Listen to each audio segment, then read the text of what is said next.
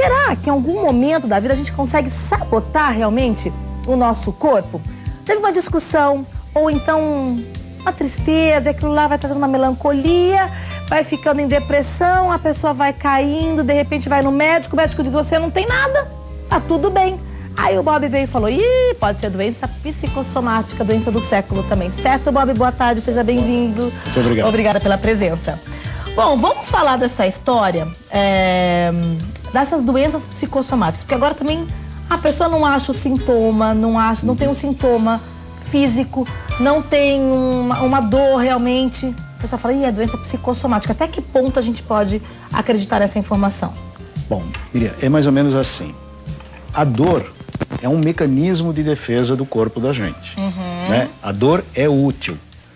Então, por exemplo, se você dá uma topada, se você põe a mão numa tomada, se você põe a mão numa panela quente, né?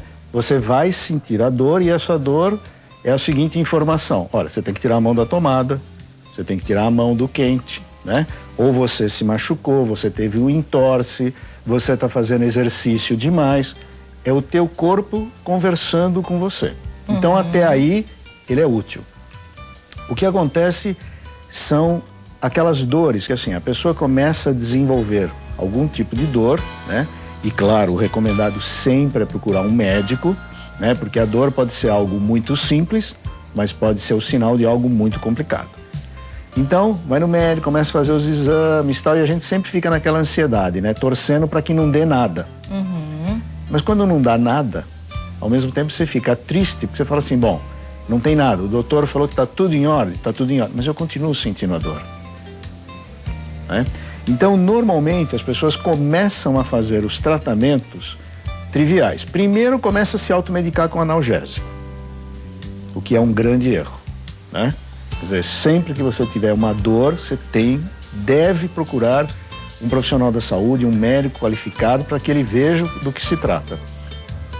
Depois, a sequência, quando os médicos, nos exames e tudo mais, não detectam nada físico, né, nenhuma apatia, normalmente as pessoas vão aos psicólogos e psiquiatras.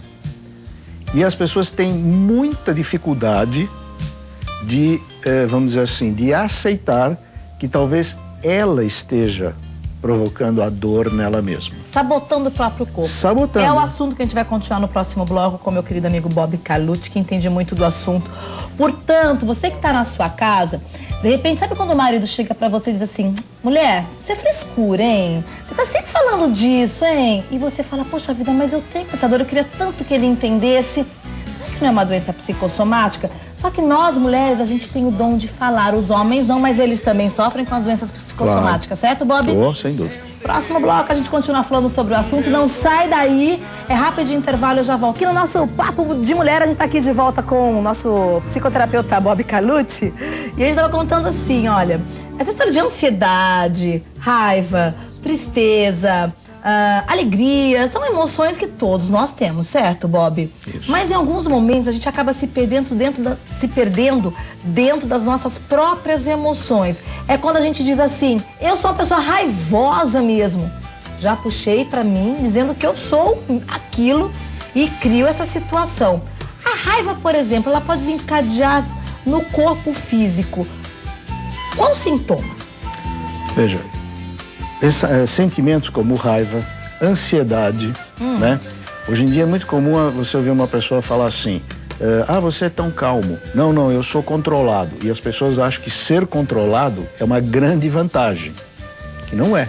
Porque na realidade você está abafando um sentimento seu.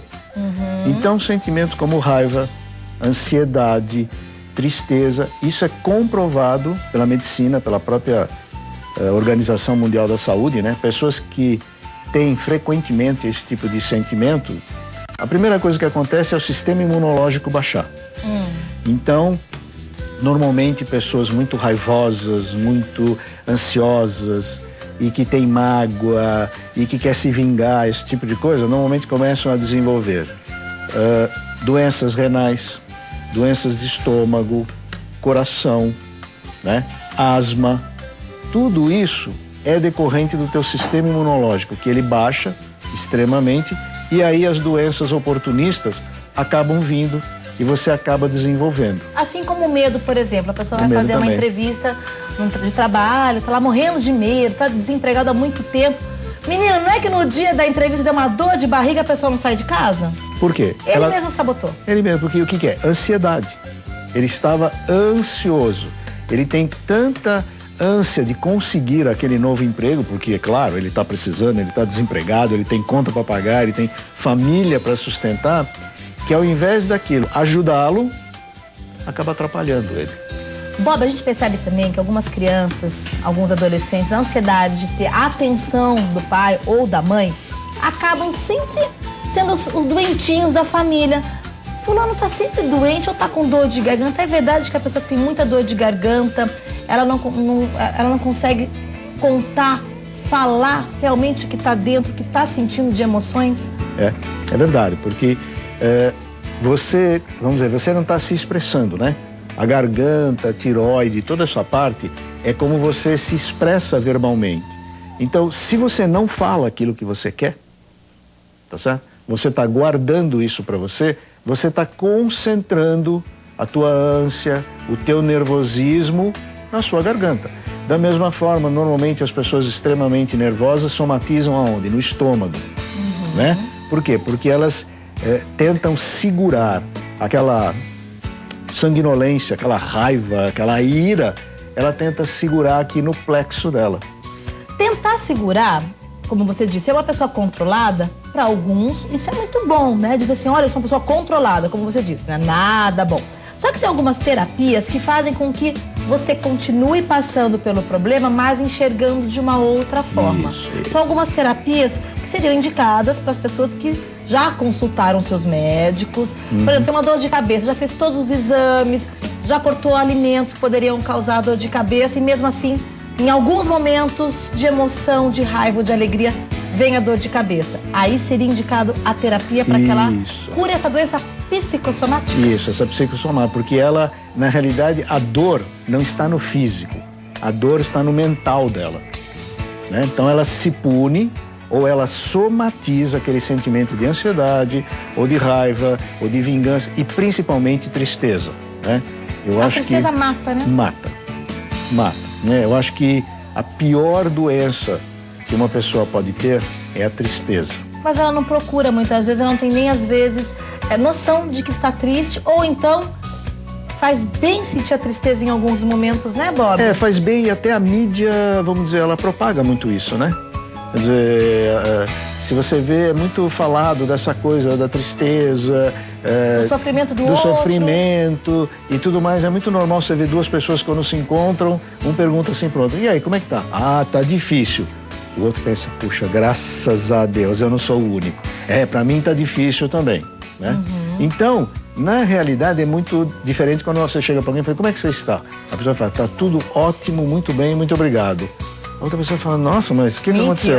Você ganhou na loteria, aconteceu alguma coisa, você é alguém importante, né? E a essência do ser humano é feliz. Todos nós temos direito a ser felizes. Isso não transforma o mundo cor-de-rosa. O mundo não vai ficar cor-de-rosa por causa disso, né? Mas a gente vive melhor, a gente busca melhor a felicidade. Você começa a enxergar beleza nas pequenas coisas. Eu digo assim, olha, é você ser feliz por você ser simplesmente quem você é. Tem gente que tá feliz de ouvir o pernilongo lá, né? E tem gente que tá triste porque o passarinho canta muito. Ai, esse passarinho para de cantar e canta e canta. Então, às vezes a gente não percebe nem a cor do céu, né, Bob? Como o céu tá lindo, esse céu de outono maravilhoso. Os dias que são mais friozinhos à noite. Então, a gente acaba perdendo a simplicidade da vida quando você sofre dessas doenças psicossomáticas. E as pessoas não percebem, né? Assim, se chove, as pessoas reclamam. Se sai sol, as pessoas reclamam porque faz calor. É a mente. É a mente, quer dizer, ou seja, ele não... Quantas pessoas hoje, à noite, vão na sua janela para ver o luar? Uma coisa simples. E ele está lá todo dia. E é uma coisa da natureza, né? A beleza. Se você olhar, a natureza funciona assim. Os pássaros, eles não se preocupam se eles têm que voar. Eles simplesmente voam. As plantas, elas não se preocupam se elas têm que crescer. Elas crescem. É só o ser humano que fica preocupado com essas coisas materiais e esquece a sua essência, né? E aí, é claro, na medida que você vai se entristecendo, vai sendo ansioso, controlado ou não, você vai trazendo isso para o seu físico. Aí, o aspecto da pessoa muda no geral, né, Bob? Muda tudo, muda tudo. A pessoa fica às vezes carrancuda, envelhece rapidamente. Muito. Por isso que às vezes você vê uma pessoa que tem 70, 80, 90 anos, e claro, ela tem as marcas de ter essa idade, mas você olha, ela tem brilho nos olhos, ela é feliz, ela tem alegria de viver. E às vezes você vê um jovem de 20 anos, ele é até curvado, né? Porque ele carrega o peso do mundo. Então, é claro, você somatiza, vem no corpo, é o que a gente fala vamos dizer, do pensamento para a lesão, né? Ou seja, você pensa tanto em coisa ruim que chega uma hora, isso bate no seu físico. E aí você fala, tá vendo? Sabia que ia acontecer. E sabia. Depois você vai no médico, ele faz aquele monte de exames, você fica morrendo de medo, aí o doutor fala assim, olha, você não tem nada. Você não tem nada, não sei o quê. Mas tá bom, é claro, obviamente ele vai te dar um remédio para aliviar a dor, mas vai aliviar a dor por um tempo. Porque passou o efeito do remédio, você tá lá, é como se você tivesse com uma agulha se cutucando. Então, a receita prática é o seguinte, independente da vida que você tenha, seja ela difícil ou não, veja a alegria nas coisas. Veja que as suas dificuldades da vida é só uma barreira que você precisa passar. A sua vida não é a dificuldade. Todos nós temos dificuldade todo dia, né? Mas a dificuldade é simplesmente uma barreira. Você tem que se imaginar como se você fossem aqueles corredores, aqueles atletas que fazem aquelas corridas com barreiras, né? O que eles fazem? Eles simplesmente pulam. De vez em quando bate com o pé e cai. Agora, é importante falar também que muita gente que está nos assistindo, né, Bob, não tem esse ímpeto esse primeiro passo. Ai, como é difícil o primeiro passo, né? Porque você já fica pensando, depois tem o segundo, o terceiro, o quarto, o quinto. E a vida é assim. Mas, se você tiver ajuda, a orientação de um psicoterapeuta que pode te orientar realmente, falar, olha, é aqui que você vai subir. Por este caminho, você vai melhorar. Se alguém que pegar aqui na sua mão e te ajudar a subir esse primeiro degrau, que é o caso do Bob, eu tenho certeza que lá na frente você vai falar, nossa, foi tão fácil, se eu soubesse que fosse tão fácil assim, eu já teria ido antes. Então, essa é a nossa dica. Não fica criando coisas que você ainda não tem. Não fique procurando, né? Como que a nossa mãe fala? Chifre na cabeça de cavalo. De cavalo, né? Que de boi. É. Mas eu acho que se você tiver realmente agora, ligado aqui com a gente, que eu sei que você tá, segundona, a gente tá querendo mudar, vem a Páscoa, que essa renovação que todos nós merecemos. É o renascimento, né? Todos nós desejamos ser felizes podemos. Claro, nós temos o direito, você tem o direito de ser feliz. Você tem que entender isso. Isso é um direito intrínseco teu. Deus te criou para você ser feliz. Você só precisa pegar a sua malinha da felicidade ou a sua mochila hoje, modernamente, e carregar ela sempre com você, independente do que as coisas aconteçam. E quando tiver difícil, é simples, pessoal. Procure um profissional qualificado, de sua confiança, dentro daquilo que você pode, né? Mas vá procurar, se cuide, goste de você, se ame. Essa é a receita. É simples, eu sei que parece muito simples, mas é. Mas a alegria e a felicidade está na simplicidade. É isso aí. Que eu até agradeço você por trazer essa mochilinha que você disse aqui pra gente e trazer sempre. Você e a Mara são pessoas muito especiais na nossa vida.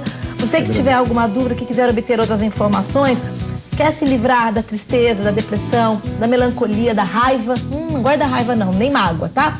Você vai entrar em contato aqui com o meu querido amigo Bob Carlucci. Põe o telefone pra mim, por favor. Aí na telinha. Tem aí? Vamos colocar isso, obrigada. 19-3881-4011, 3881-4011. Você vai ligar para agendar um horário, certo, isso, Bob? Isso. Para fazer uma conversa, um bate-papo. Porque essa história de bater papo com um amigo, com um parente, é legal, mas é bater papo. Cuidar, melhorar, autoconhecimento é na psicoterapia, tá? O site para você obter outras informações, aliás, o site é fantástico, dá uma acessada, www.bob www.boreas.com.br.